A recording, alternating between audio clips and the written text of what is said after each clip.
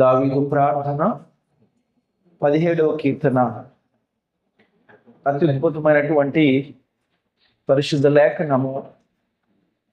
తప్పకుండా దేవుడు మన హృదయాలతో మాట్లాడతాడు.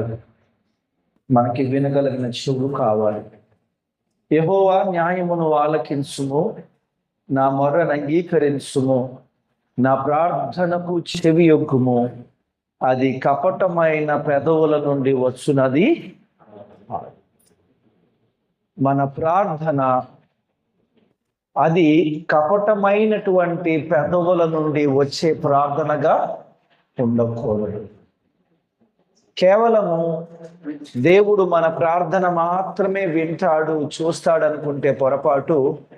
మన ప్రార్థన ఎలాంటి పెదవుల నుండి వస్తుందో కూడా ఆయన ఖచ్చితంగా పరిశీలన చేస్తున్నాడు పిల్లరా.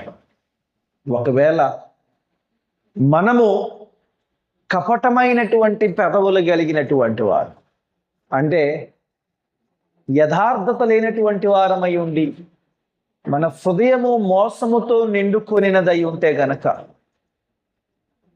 మన ఆలోచనలు ద్వేషముతో నిండుకొనినవై ఉంటే గనక, మన అభిప్రాయాలు విషంతో బిట్టర్నెస్తో నిండుకొనినవై ఉంటే గనక, అటు ప్రార్థన ఆలకించబడకపోగా అది మనకి శాపకరంగా మారే ప్రమాదం ఎంతైనా ఉంది ప్రియులారా. మన ప్రార్థన గనక శుద్ధ హృదయం నుంచి యథార్థమైనటువంటి మనస్సాక్షితో వచ్చేదై ఉండకపోతే మన ప్రార్థన మనకు శాపంగా మారగలదు. Our own prayer can become a trap for us. Our own prayer can become a curse for us. ఎందుకంటే ఆ ప్రార్థన ఎలాంటి పెదవుల నుంచి వస్తుందండి? ఎలాంటి పెదవుల నుంచి వస్తుందండి? కపటమైన పెదవుల నుంచి వస్తుంది. ఎంతో రుచికరమైనటువంటి భోజనం మీరు వండి, గుమగుమలాడే భోజనం మీరు వండి, ఆ భోజనాన్ని అత్యంత అశుభ్రమైన మురికితో నిండుకున్నటువంటి కంచంలో మీరు వడ్డిస్తే దాన్ని తినడానికి ఇష్టపడరు ఎవరు. ఎందుకు అంటే మనం వండినటువంటి ఆ యొక్క రుచికరమైన భోజనము శుభ్రమైనటువంటి ఆకులో పెట్టినా తింటారండి. లేదు ఒక చిన్న పేపర్లో వేసినా తినడం సాధ్యం అవుతుందేమో, కానీ అశుద్ధముతోని అపరిశుభ్రంగా ఉన్నటువంటి దుర్గంధముతో కూడినటువంటి కంచంలో మనం వేసి పెడితే అది తినడానికి ఎవరు ఇష్టపడరు. మన ప్రార్థనలు కూడా దుర్గంధం వెదజల్లుతున్నటువంటి మన నోరు నుంచి,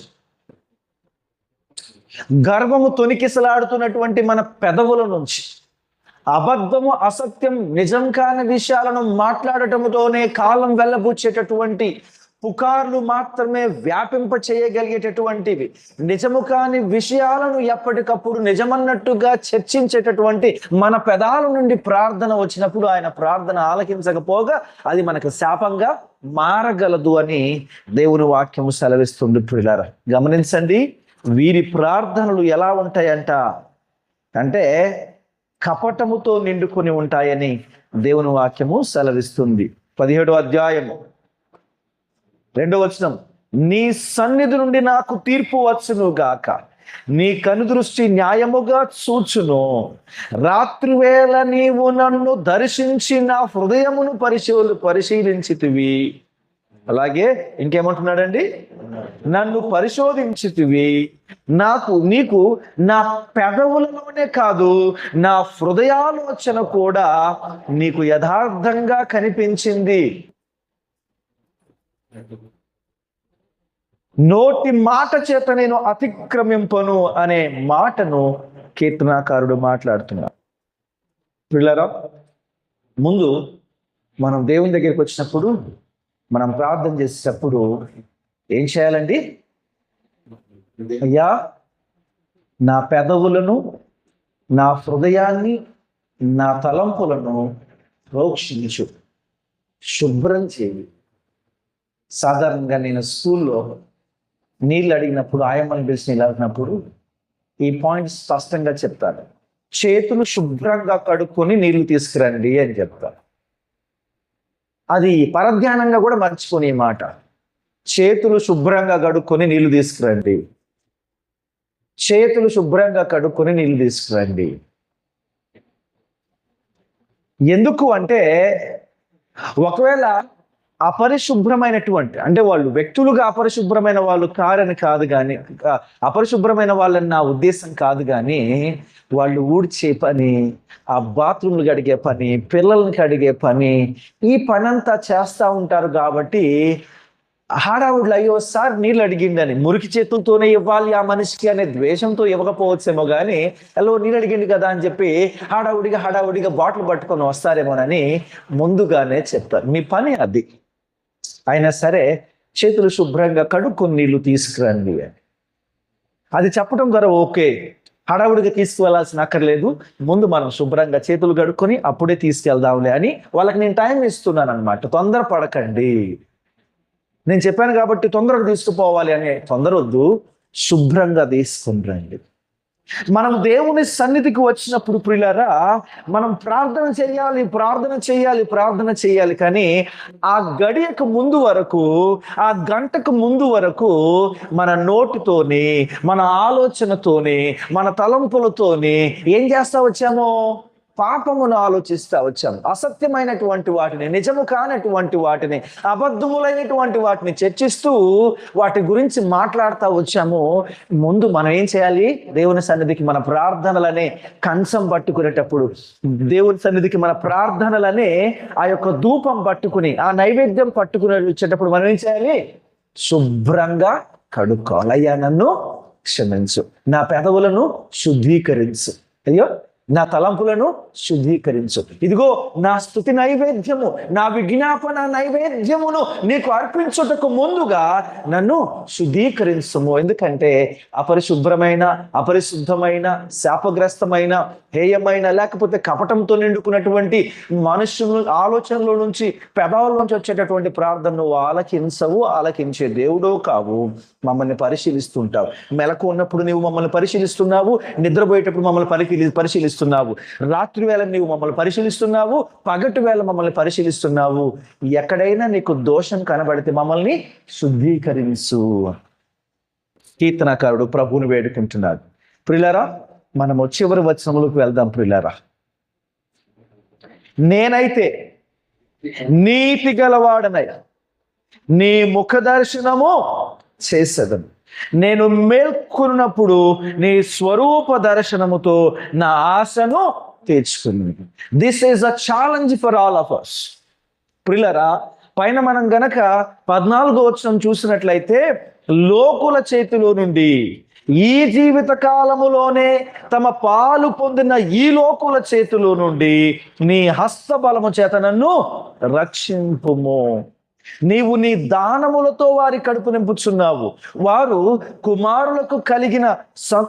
కుమారులు కలిగి తృప్తి నొందుదురు, తమ ఆస్తిని తమ పిల్లలకు విడిచిపెడుతురు. లోకస్తుల యొక్క తలంపులన్నీ దేని చుట్టూ ఉంటాయండి? సంపాదించాలా, పిల్లలకి కూడబెట్టుకోవాలి. నిన్న నేను ఒక పేరెంట్తో మాట్లాడుతున్నాను. ఆయన కూడా సరే అడ్డంగానో దిడ్డంగానో చర్చికి పోయేట ఆయనే, వాక్యం వినిట ఆయన అంటాడు, సార్ నేను కూడా మరి నా పిల్లలకి ఆస్తిని విడిచిపెట్టి పోవాలి కదా సార్, కనీసం ఒక 60-70 కోట్లన్నా వాళ్ళ కోసం సంపాదించి పెట్టకపోతే ఎలా సార్ అని చెప్పేసి అని మాట్లాడి నేను కింద మీద పడి నవ్వుతా ఉంటే, ఆయన రైట్, కనీసం 60-70 కోట్లన్నా వాళ్ళ కోసం నేను దాచిపెట్టకపోతే ఎట్లా అండి? పిల్లరా, లోకస్తులందరి ఆలోచన ఎలా ఉంటుందంటే, ఎంత వీలైతే అంత సంపాదించి కూడబెట్టి పిల్లల్ని ఆస్తికి కర్తలుగా చేసి పోవాలని వాళ్ళ ఆలోచన కలిగి ఉంటారు. పిల్లరా, దేవుడు మిమ్మల్ని దీవించినప్పుడు, మీకు ఒక వ్యాపకము, ఉద్యోగము, ఒక ఉపాధిని మీకు ఇచ్చినప్పుడు సంపాదించి మీరు పిల్లల కోసం దాచిపెట్టటము తప్పని నేను చెప్పట్లేదు. దేవుని వాక్యం ప్రకారం అది తప్పు, అది పాపం అని దేవుని వాక్యం ఏమి చెప్పట్లేదు. కాకపోతే దేవునిని కూడా మోసం చేసేంతగా మనకి సంపాదన ఉంటే మంచిది కాదు. దేవునికి ఇవ్వాల్సినటువంటివి కూడా దాచిపెట్టుకుని కూడబెట్టుకోవటం మాత్రం మంచిది కాదు. ఇది దేవుని వాక్యం చెప్తుంది. ఎందుకంటే వాళ్ళు పాత నిబంధన గ్రంథంలో వాళ్ళు సంపాదించిన దాన్ని ఎక్కడ వేస్తున్నారంట? ఒక సంచిలో వేస్తున్నారంట. ఆ సంచికి ఏమి లేదంట, అడుగు లేదంట. వేస్తనే ఉన్నారు. అవి అప్పటికి కూడా సంచి నిండట్లేదు. ఎందుకు నిండట్లేదు సంచి? నిలబడదు ప్రియులారా. అవి అసలు నిలబడు. దేవునికి ఇవ్వాల్సినటువంటివి మనం గనక బిగబట్టుకొని మనం దాచిపెట్టే ప్రయత్నం చేస్తే ఎట్లా పోయి అట్లా పోతనే ఉంటాయి, ఇవి నిలబడవు. కానీ లోకస్తుల్లాగా మనము అలాగ మూటలు కట్టేసి 100 ముళ్ళు వేసినది నిలబడదంట. కానీ మన లక్ష్యం ఏమై ఉండాలా అంటే చదవండి. నేనైతే నీ నీతి గలవాడనై నీ ముఖ దర్శనము చేసేదను. రెండోది, నేను లేచేటప్పుడు నీ స్వరూప దర్శనముతో నా ఆశను తీర్చుతున్నాను. ఇది మనకు కావలసిన పని, మనం చేయాల్సినటువంటి పని. ప్రతిరోజు లేవటముతోనే దేవుని స్వరూప దర్శనమును మనం చేయగలగాలి. ఎలా చేయగలుగుతాం దేవుని స్వరూప దర్శనాన్ని? చెప్పండి, ఎలా చేయగలుగుతాం దేవుని స్వరూప దర్శనాన్ని? దేవుని స్వరూప దర్శనాన్ని ప్రార్థనలో అదృశ్యుడైనటువంటి ఆయన స్వరూప దర్శనం. ప్రియులారా, మీరు గమనించండి, ప్రార్థనలో ఎంత తన్మయత్వం ఉంటుంది అంటే, ప్రార్థనలో ఎంతటి ఆధ్యాత్మిక చైతన్యం ఉంటుందంటే, ప్రార్థనలో ఎంతటి ఆధ్యాత్మికమైనటువంటి స్వాంతన, నెమ్మది, సమాధానం ఉంటుందంటే, దేవుని తేజస్సు మనల్ని నింపేస్తుంది. ప్రియులారా, నమ్మండి, God's glory fills our hearts in prayer. మన కంటికేవో వస్తువులు కనబడతాయని, మన కంటికి ఎవరో వ్యక్తులు కనబడతారని, వెలుగు కనబడతారని నేను చెప్పట్లేదు. కానీ ఆ వెలుగు మన హృదయాన్ని నింపుతుంది. ఆ వెలుగు మన ముఖాల్లో కనబడుతుంది. When you pray, the glory of God fills your heart,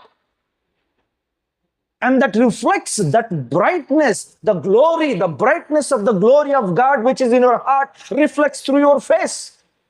నీ హృదయంలో నిండుకున్నటువంటి ఆ దేవుని మహిమ తేజస్సు నీ ముఖమున ప్రదర్శించబడుతుంది. అందుకని అంటాడు, ఎవరు దేనికోసం వెంపర్లాడుతున్నారో నాకు తెలియదు ప్రభువా, నేనైతే మొదట నీ రాజ్యమును, నీ నీతిని వెతుకుతూ, నీ రాజ్యాన్ని వెతుకుతా, నీ నీతిని వెతుకుతా అయ్యా. నీ ముఖ దర్శనము చేస్తా. నీ ఎదుటికి రావటం మాత్రమే నాకు సరిపోతుంది, నాకు చాలు, ఇక నాకు ఏది అక్కరలేదు. ప్రతి ఉదయము నీ స్వరూప దర్శనాన్ని నేను చేసుకుంటాను. మన లక్ష్యము మన దేవుని చుట్టూ తిరగటమై ఉండాలి ప్రియులారా.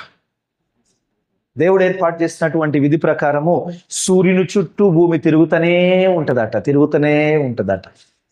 ఈ తిరిగే క్రమములోనే కొన్ని సందర్భాల్లో సూర్యునికి అతి సమీపంగా భూమి రావటాన్ని బట్టి ఈ ఎండాకాలం ఏర్పడుతుంది. అతి సమీపంగా వచ్చినప్పుడు ఎండాకాలం ఏర్పడుతుంది. కాస్త దూరం వెళ్ళినప్పుడు చలికాలం ఏర్పడుతుంది. కాలాల రహస్యం ఇదే. ఈ పరిభ్రమణలో సూర్యుని చుట్టూ తిరిగి కాస్త దగ్గరకు వచ్చినప్పుడు డైరెక్ట్ సన్ రేస్, సూర్యుని యొక్క కాంతి, సూర్యుని యొక్క వెలుగు, సూర్యుని యొక్క వేడిని, ఆ కాంతి నేరుగా భూమి మీద పడ్డప్పుడు కాస్త ఎక్కువ ఉష్ణోగ్రతలు ఉంటాయి. కాస్త దూరం వెళ్ళినప్పుడు స్లాంటింగ్ రేస్, అలా వంకరగా ఏటవాలుగా రేఖలు పడ్డప్పుడు, ఆ కాంతి రేఖలు పడ్డప్పుడు వేడి తక్కువగా ఉంటుంది. అక్కడ శీతాకాలం ఉంటుంది, లేకపోతే చలికాలం ఉంటుందని మనం అర్థం చేస్తాం. ఇదిగో అలాగ దేవుని చుట్టూ మనం తిరుగుతూనే ఉండాలి పిల్లలు, తిరుగుతూనే ఉండాలి. ఆయన ముఖ దర్శనము చేసుకున్నట కంటే గొప్ప భాగ్యం ఏది మనకి లేదు. ఆయన స్వరూప దర్శనమును కలిగి ఉండుట కంటే గొప్ప భాగ్యం ఏది లేదు. ఏ ప్రార్థనలోనైనా మనం ప్రార్థనలో దేవుని సన్నిధికి వెళ్ళినప్పుడు ఆయన స్వరూప దర్శనము మన హృదయాలను నింపుతుంది. ఆయన మహిమ తేజస్సు మన హృదయాలను నింపుతుంది. ఇదిగో ఆ దేవుని యొక్క తేజస్సు, ఆ దేవుని యొక్క వెలుగు, ఆ దేవుని యొక్క స్వరూపి అయినటువంటి యేసుక్రీస్తు ప్రభుల వారు ఈ భూలోకానికి నీ కొరకు నా కొరకు దిగి వచ్చాడని మర్చిపోకూడదు. ఆయన నీ నిమిత్తము నా నిమిత్తము ప్రాణం పెట్టి ఆ తేజస్సును, ఆ వెలుగును నీ కోసం భూలోకానికి దింపాడు యేసుక్రీస్తు ప్రభుల వారు. నీకు నాకు ఆ తేజస్సును శాశ్వతమైనటువంటి స్వాస్థ్యంగా ఇచ్చుటకు గాను ఆయన మరణించి సమాధి పొంది తిరిగి లేచి దేవుని కుడిపార్శ్వమందు ఆసీనుడై ఉన్నాడు. ఇదిగో నేను నా తండ్రి వద్దకు వెళుచున్నాను. అక్కడ నేనేం చేస్తాను? మీకోసం నివాసములు సిద్ధపరచడానికి నేను వెళుతున్నాను. I'm going to prepare you what abodes. I'm going to prepare your cottages. I'm going to prepare your dwelling place and you will be with me. మీరు నాతో కూడా ఉన్నట్లుగా నేను మళ్ళీ వచ్చి మిమ్మల్ని తీసుకెళ్తాను. ఆ తేజస్సులో నిత్యమైనటువంటి వారసులుగా, నిత్య స్వాస్థ్యమైనటువంటి ఆ తేజస్సులో వారసులుగా మనం ఉండబోతున్నాం. ఆహా ఏమి భాగ్యం ఇది! ఆహా ఏమి ధన్యత ఇది! ఒక రచయిత పాడాడు, ఆహా నా ధన్యత, ఓహో నా భాగ్యము, ఏమని వివరింతును, ఏమని వివరించును. అలాంటి వివరింప సఖ్యము గాని ధన్యతలోకి, భాగ్యములోకి నీవు నేను ప్రవేశించినట్లుగా ఆ ధన్యతను యేసుక్రీస్తు ప్రభుల వారు తాత్కాలికంగానే ఆయన త్యాగం చేసి భూలోకానికి వచ్చి ప్రాణం పెట్టి సమాధి చేయబడి తిరిగి లేచి ఉన్నాడు. పిల్లారా, ఆ యేసుక్రీస్తు ప్రభుల వారు మనకి ఇంకా స్థలంలో సిద్ధపరచుటకు వెళ్ళి ఉన్నాడు. సిద్ధపరుస్తానే ఉన్నాడు. సిద్ధపరిచినప్పుడు వచ్చి తీసుకెళ్తాడు. రెడీగా ఉన్నాం. మనమేమో ఎక్కడ సిద్ధం చేసుకుంటున్నామో ఆయనేమో అక్కడ సిద్ధం చేస్తున్నాడు. మనమేమో ఎక్కడ సిద్ధం చేసుకుంటున్నామో ఆయనేమో అక్కడ సిద్ధం చేస్తున్నాడు. నిరీక్షణ లేనటువంటి వారి వల్లే మనం ఎక్కడే లాక్ అయిపోకూడదు, చిక్కుబడిపోకూడదు, తట్టుబడిపోకూడదు. ఆయన నీ కొరకు నా కొరకు స్థలం సిద్ధం చేస్తున్నాడు. మనం ఆయన స్వరూప దర్శనం చేసుకుంటూ మన విశ్వాస యాత్రను కొనసాగిద్దాం.